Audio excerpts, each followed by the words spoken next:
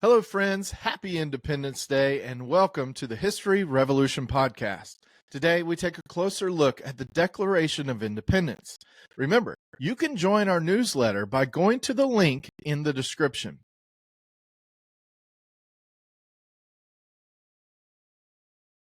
By 1774, it was becoming abundantly clear that the relationship between Great Britain and the American colonies was beyond repair.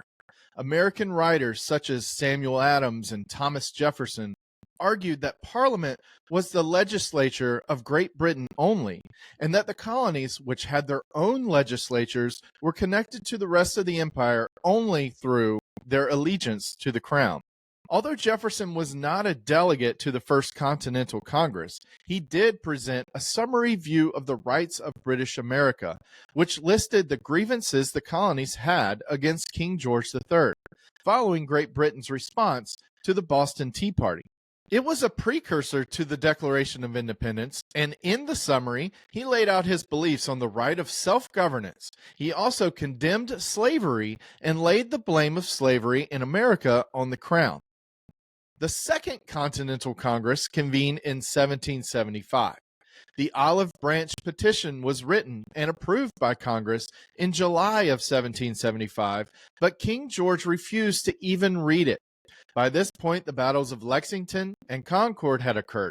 The Intolerable Acts had been imposed on the colonies, specifically against the citizens of Boston after the Boston Tea Party. The colonies had no representation in Parliament. Americans were fed up with taxation without representation and were becoming more comfortable with the idea of becoming their own country. The American colonies continued on the inevitable course toward independence.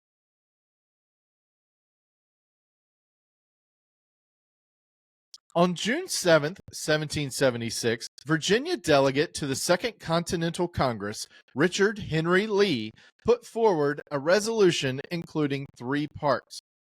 The Lee resolution said that these united colonies are, and of right ought to be, free and independent states, that they are absolved from all allegiance to the British Crown, and that all political connection between them and the state of Great Britain is, and ought to be, totally dissolved. That it is expedient forthwith to take the most effectual measures for forming foreign alliances, that a plan of confederation be prepared and transmitted to the respective colonies for their consideration and approbation. On June 10th, the Committee of Five was formed to write the Declaration of Independence. The committee included Thomas Jefferson, John Adams, Benjamin Franklin, Robert R. Livingston, and Roger Sherman. Adams pushed for Jefferson to be the primary author of the Declaration. Jefferson worked on the first draft mostly alone outside of the hours that the Congress was meeting. Jefferson was inspired by and incorporated some of his own work, like a summary view of the rights of British America, George Mason's Virginia Declaration of Rights, the works of John Locke, Thomas Paine's Common Sense, and other Christian Enlightenment thinkers like Francis Bacon and Sir Isaac Newton. Thomas Paine's Common Sense had been released in January of 1776 and spread like wildfire throughout the colonies. It is estimated that by the end of the Revolutionary War, over 500,000 copies were in circulation. Common Sense made a major impact on American citizens and the leaders of the Continental Congress like Adams, Franklin, and Benjamin Rush. Jefferson's first draft included a condemnation of the slave trade, blaming King George III. The Declaration was debated amongst the committee with little change. It then went to the full Congress on June 28. The colonies needed to be united in order to defeat Great Britain. The southern states, specifically South Carolina, would never sign off on such a strong condemnation of slavery. Their economies relied on it. The Declaration was debated and revised, removing the anti-slavery portions. Jefferson was unhappy with the revisions, particularly the condemnation of slavery. On July 2nd, the Lee Resolution was passed in Congress. This was the official vote for independence from Great Britain. John Adams even wrote in a letter to his wife Abigail that the second day of July 1776 will be the most memorable epoch in the history of America. I am apt to believe that it will be celebrated by succeeding generations as the great anniversary festival It ought to be commemorated as the day of deliverance by solemn acts of devotion to God Almighty. It ought to be solemnized with pomp and parade, with shows, games, sports, guns, bells, bonfires, and illuminations from one end of this continent to the other, from this time forward, forevermore.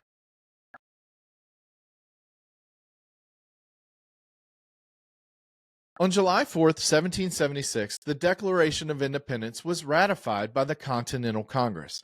Only John Hancock, the president of the Congress, and Charles Thomson, the secretary of the Congress, signed the original document on that day. John Dunlap printed the Declaration of Independence throughout July 4th and through the day on July 5th. These prints are now called Dunlap broadsides, and they were spread throughout the colonies. On July 9th, 1776, General George Washington ordered the Declaration of Independence be read before the Continental Army in New York. On July 19, 1776, Congress orders the Declaration of Independence engrossed and signed by members. On August 2, 1776, delegates to the Second Continental Congress begin signing the engrossed copy of the Declaration. On August 10, 1776, the Dunlap broadsides that were sent to King George III and Parliament arrive in Britain.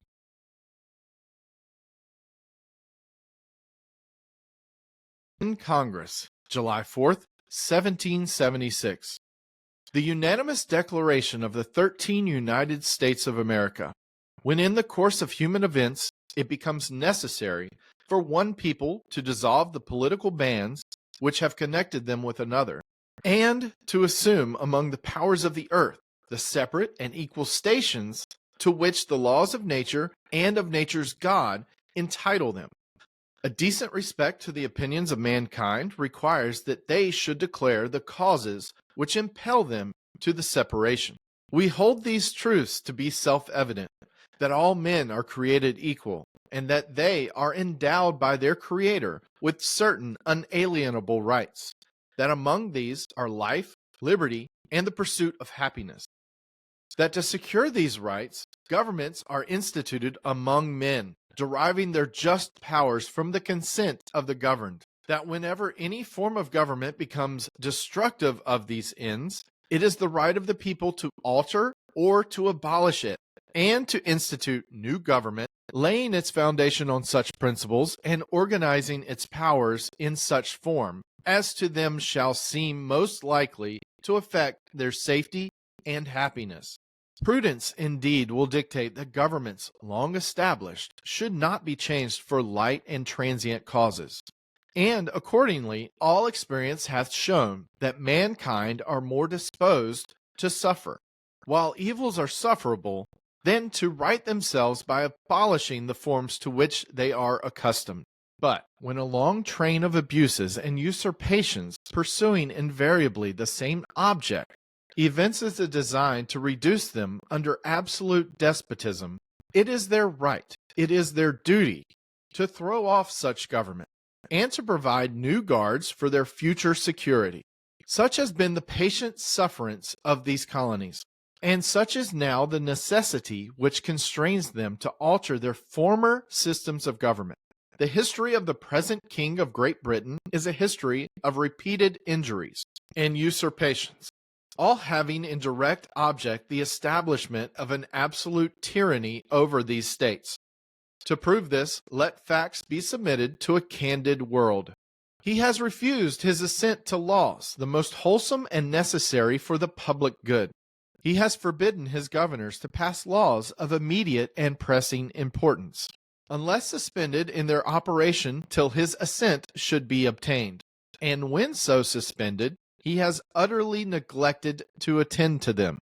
He has refused to pass other laws for the accommodation of large districts of people, unless those people would relinquish the right of representation in the legislature, a right inestimable to them and formidable to tyrants only. He has called together legislative bodies at places unusual, uncomfortable, and distant from the depository of their public records, for the sole purpose of fatiguing them into compliance with his measures. He has dissolved representative houses repeatedly for opposing with manly firmness his invasions on the rights of the people.